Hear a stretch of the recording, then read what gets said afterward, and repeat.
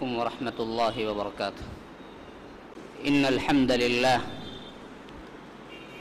نحمده ونستعينه ونستغفره ونؤمن به ونتوكل عليه ونعوذ بالله من شرور أنفسنا ومن سيئات أعمالنا. من يهده الله فلا مضل له ومن يضلل فلا هادي له، وأشهد أن لا إله إلا الله وحده لا شريك له، وأشهد أن محمدًا عبده ورسوله. أما بعد، فأعوذ بالله من الشيطان الرجيم. بسم الله الرحمن الرحيم. أو كالذي مر على قرية وهي خاوية على عروشها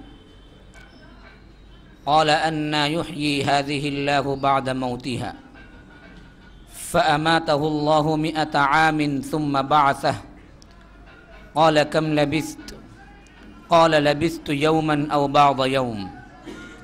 قال بل لبثت 100 عام فانظر إلى طعامك وشرابك لم يتسنه وانظر إلى حمارك ولنجعلك آية للناس وانظر إلى العظام كيف ننشزها ثم نكسوها لحما فلما تبين له قال أعلم أن الله على كل شيء قدير.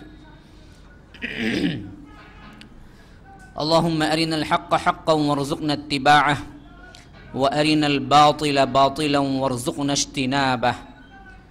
اللهم علمنا ما ينفعنا وانفعنا بما علمتنا وارزقنا علما.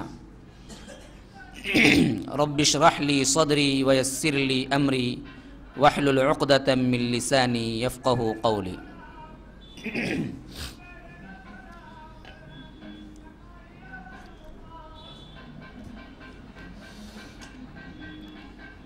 بزرگان محترم، برادران عزیز اور میرے اسلامی ساتھیوں، لائق احترام ماؤں اور بہنوں، دروس سیرت انبیاء کرام کے ضمن میں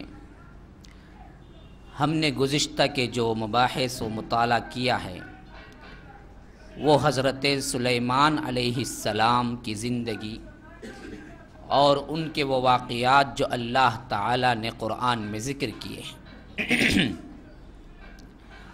پھر اس کے بعد اللہ تعالیٰ نے ان کی وفات بھی جب گفتگو کی ہے تو اس کا ذکر بھی ایک انوکھے انداز میں کیا ہے. اب حضرت سلیمان علیہ السلام کی وفات کے بعد یہ تو میں نے پہلے ہی اشارہ کر دیا تھا کہ بنی اسرائیل ہی میں تمام انبیاء کرام آئے ہیں. حضرت ابراہیم علیہ السلام کے بعد جتنے انبیاء کرام اور قومیں اٹھی ہیں وہ تمام کے تمام بنی اسرائیل میں ہیں. اور بنی اسرائیل ایک ایسی قوم ہے جو سابقہ امت مسلمہ ہے. یعنی اچھی طرح بات کو سمجھ لیجئے، آج کا ایک ہمارا زمانہ ہے. اب ہمارے زمانے کی ابتدا کہاں سے ہے تو ہم کہیں گے محمد الرسول اللہ صلی اللہ علیہ وسلم کی سیرت مبارکہ سے. اب اللہ کے رسول صلی اللہ علیہ وسلم نے دعوت دی، لوگوں کو جمع کیا، صحابہ نے اللہ کے رسول صلی اللہ علیہ وسلم کا ساتھ دیا، پھر ایک قوم بنی، پھر اللہ تعالیٰ نے ان کے ہاتھوں میں وہ فتوحات دیے کہ تمام دنیا پہ چھا گئے. اب اللہ تعالیٰ نے اسی امت مسلمہ کے لیے وہ تمام عزت رکھ دی جو اس سے پہلے بنی اسرائیل کے لیے تھی. اب یہ نئی امت جو آئی تھی، ان کا سلسلہ شروع ہوا تو تقریباً آج کے زمانے تک ہمارا کتنا عرصہ گزر چکا ہے. اب جو ہم پڑھتے ہیں 1432 ہجری چل رہی ہے ہماری، 1432 ہجری کا رمضان المبارک 9واں مہینہ ہے جو ہمارا چل رہا ہے. اس حیثیت سے تقریباً 1500 سال کی ہماری اپنی تاریخ ہے.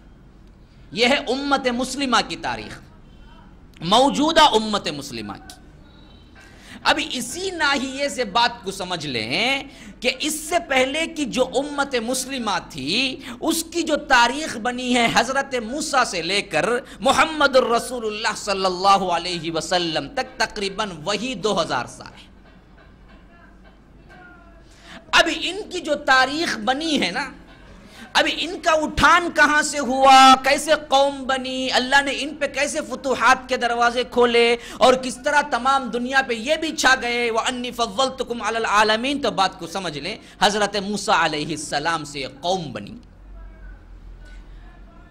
حضرت موسیٰ کو کتاب دی گئی جس طرح اللہ کے رسول کو قرآن دیا گیا، اور ان کے لیے منظم احکامات دیے گئے، اور ان کو بتا دیا گیا کہ دیکھو جب تک تم اس پر عمل پیرا رہو گے اور اس کے ساتھ اس کے احکامات کو تم بجا لاؤ گے، دنیا کے اندر تمام کی تمام عزت، غلبہ، دولت، حکمرانی سب تمہارے لیے ہے۔ یہ اللہ کا وعدہ تھا۔ اسی حیثیت سے سب سے زیادہ عروج کا زمانہ حضرت سلیمان علیہ السلام کا ہے، ان کا۔ اللہ نے اپنی تمام نعمتیں ان پہ نچھاور کر دی، بنی اسرائیل پہ۔ انبیاء بھی دیے، بادشاہت بھی دی، دولت بھی دی، اقتدار بھی دیا، طاقت بھی دی، ہر چیز دے دی۔ اب اس کا جو عروج دکھتا ہے نا، ہر زمانہ اپنا ایک عروج رکھتا ہے، ایک زوال رکھتا ہے۔ اچھی طرح بات کو سمجھ لیجیے۔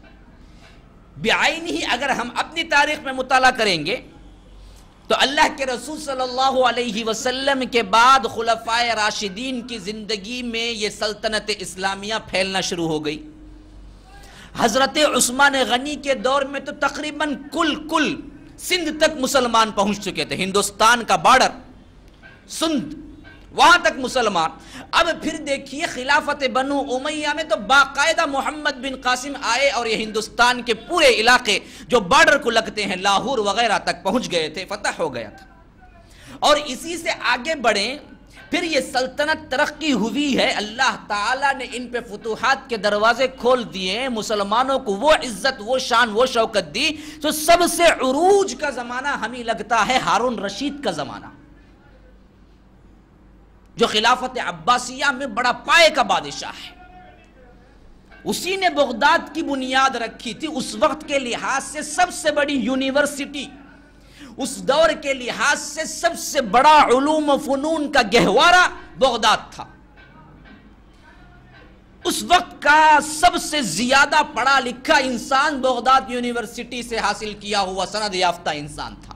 جس طرح ہم کہتے ہیں نا جی کیمبرج سے پڑھا ہوا ہے جی، یہ ہاورڈ سے پڑھا ہوا ہے جی، ہم کہتے ہیں نا باقاعدہ۔ ہماری آنکھیں کیا ہے بلکہ خیرہ ہو جاتی ہیں ایسے لوگوں کو دیکھیں۔ اب وہ کہیں کہ الٹے ہاتھ سے کھاؤ، ہاں جی ہم مانتے ہیں برابر۔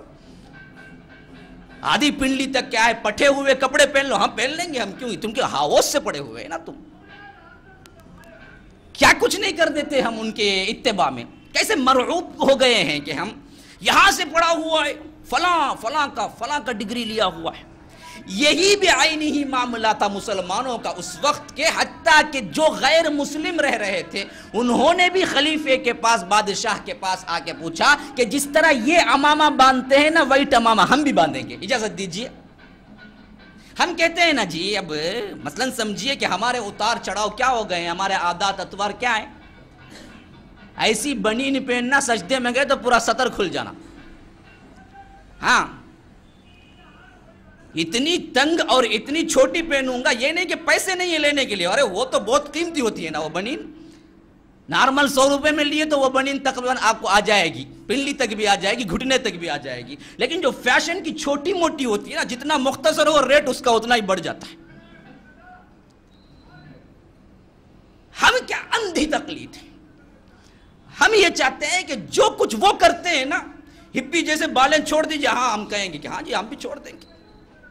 یہ بات نہیں کہ سلون کے پاس جانے کے لیے، حجام کے پاس جانے کے ہمارے پیسے نہیں، پیسے بہت، یہ چھوڑنے کے لیے بہت پیسے دینا پڑتا ہے حجام کے پاس، ہے نا۔ بیجا تقلید اندھی تقلید ہے۔ اسی طرح عورتوں کا معاملہ، اللہ اکبر، کچھ مت کہیے۔ فیشن پرستی میں اگر سمجھیے کہ جو خرچہ ہوتا ہے اگر بچت کر دیں تو پورے گھرانے خوشحال ہو جائیں گے۔ جتنے ٹارچر ہیں نا شوہروں کو، جتنا کچھ تنگی ہے نا، وہ تمام کا تمام مسئلے ہی حل ہو جائیں گے. ان کے کریم اور ان کے لوازمات، اللہ اکبر کیا کہنے، اسی میں آدھا خرچہ آدھا درما چلے جا، بیچارہ کیا کرے گا، کیا کھلائے گا، کیا کمائے گا. اب کس کس کا روتا روئیں گے، کس کس بات کو. یہی مسئلہ ہے جو قومیں دراصل غلبہ پا لیتی ہے نا، پھر جو قومیں مغلوب ہیں، غلامی کی ذہنیت بن جاتی ہے نا، وہ کہتے ہیں کہ جو غلبہ پائے ہم ان کی اتباع کریں گے، بے جا اتباع کریں گے. ان لوگوں نے اتباع کی تو بات تھی، کیونکہ ہمارے پاس اس طرح کی کتاب تھی، تمدن تھا. لیکن آج یہ ہماری بے وقوفی ہے کہ سب کچھ ہمارے پاس ہوتے ہوئے ہم ان کی اتباع کرتے ہیں. آپ کے پاس کیا ہے؟ کبھی سوچا ہے آپ نے؟ ایسا تمدن ہے کہ ایک کام، ایک چھوٹی حرکت کے لیے بھی باہر جانے کی ضرورت نہیں ہے آپ کو. چھوٹی سی چھوٹی حرکت، کون سا مسئلہ ہے جس کے لیے اسلام نے حل نہ دیا ہو آپ کو؟ کون سا مسئلہ ہے؟ کوئی ایک مسئلہ اٹھا کے بتلا دے، میرے پاس پوچھیں کہ اس کا حل اسلام میں نہیں ہے، میں بتاتا ہوں انشاءاللہ العزیز اللہ تعالیٰ کی مدد سے. کون سا ایسا مسئلہ ہے جو اسلام میں اس کا حل نہ ہو؟ کون سی ایسی انسانی حرکت ہے جس کے لیے اسلام میں اس کے بارے میں بات چیت نہ کی گئی ہو؟ ماں کے جنین سے لے کر رحم مادر میں پلنے والا بچہ جو پہلے ماہ میں ہوتا ہے، پہلے دن میں ہوتا ہے، ماں کے جنین سے لے کر قبر کے اندر میت کو دفنانے کے بعد تک کے احکامات میں سے کون سا ایسا مسئلہ ہے جو اسلام نے گفتگو نہ کیا؟ کسی اور تہذیب کے پاس ہے کوئی؟ کس کے پاس کیا ہے؟ ہاں مغربی تہذیب اٹھا لیجئے، قدیم ترین تہذیبیں اٹھا لیجئے، ہندوستان کی پرانی تہذیبیں اٹھا لیجئے، کسی کے پاس کوئی چیز نہیں ہے، ایک اچھی بات بھی نہیں ہے ان لوگوں کے پاس آج محفوظ. جو کچھ ہے ہمارے پاس ہے. آپ کے لیے غسل کا طریقے سے لے کر بیت الخلاء میں جانے تک، وہاں سے استنجا کے ساتھ کیسے طہارت حاصل کرنا، یہ تک اسلام کے اندر آپ کو کسی اور کے پاس دیکھنے کی ضرورت نہیں. اسی وجہ سے سلمان فارسی سے ایک یہودی نے کہا، تنزن تمہارا اسلام کیا ہے کہ تمہارا نبی تو تمہیں پیشاب سے پاکی کا بھی تعلیم دیتا ہے. حضرت سلمان فارسی نے کہا کہ بدبخت یہ نہیں سمجھتا کہ میرا نبی تو ایسا نبی ہے کہ استنجا سے پاکی حاصل کرنا بھی کسی غیر سے لینا گوارا نہیں کرتا، وہ اپنے سے دیتا ہے. ہم کیوں کسی تہذیب کے پاس جھانکیں؟ تمہیں بال رکھنا ہے، اللہ کے رسول نے بتایا ہے.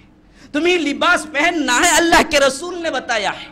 تمہیں سونا اٹھنا ہے، اللہ کے رسول نے بتایا ہے. تمہیں بیٹھنا لیٹنا ہے، اللہ کے رسول نے بتایا ہے. تمہیں کھانا پینا ہے، اللہ کے رسول نے بتایا ہے. تمہیں چلنا، اوپر چڑھنا، نیچے اترنا ہے، اللہ کے رسول نے بتلایا ہے. تمہیں زوجیت ادا کرنا ہے، اللہ کے رسول نے بتایا ہے. تمہیں ماں باپ کے حقوق ادا کرنا ہے، اللہ کے رسول نے بتایا ہے. تمہیں اولاد کے ساتھ چلنا ہے، اللہ کے رسول نے بتایا ہے. تمہیں دوستوں کے ساتھ چلنا ہے، اللہ کے رسول نے بتلایا ہے. کون سا ایسا نمونہ ہے جو اللہ کے رسول صلی اللہ علیہ وسلم کی سیرت مبارکہ میں ہمیں نہیں ملتا؟ ہم نے چھوڑا، ہم بھول گئے تہذیب کو، تمدن کو چھوڑ کے. آج اگر کوئی صحابی آ جائے نا، آج اگر کوئی صحابی آ جائے نا، یہ مسلمان قوم کو تو سب کچھ سمجھ سکتا ہے لیکن مسلمان نہیں سمجھ سکتا. اگر کوئی صحابی آ جائے اور اس ماحول کو دیکھ لے، آج کے اتار چڑھاؤ، ہمارے جو رنگ روغن ہیں، ہمارے جو اٹھک بیٹھک ہیں، ہمارے جو حلیے ہیں، ان میں ہمارا جو صحابی آ جائے تو وہ کوئی اور قوم تو سمجھ سکتا ہے لیکن کبھی مسلمان نہیں سمجھ سکتا. کوئی ایک رمق تو باقی نہیں ہے ہمارے. سب ہم نے ادھار لے لیا، پورا قرض لیا ہوا ہے. آپ کا اپنا کچھ نہیں، آپ کا جو کچھ تھا وہ لوگ لے گئے، اسی سے انہوں نے ترقی کی، اسی سے انہوں نے جتنی ترقی ہوئی ہے. یاد رکھ لیجئے نا، ایک بات دیکھیے، ٹھنڈے دل سے غور کر لیں، اور یہ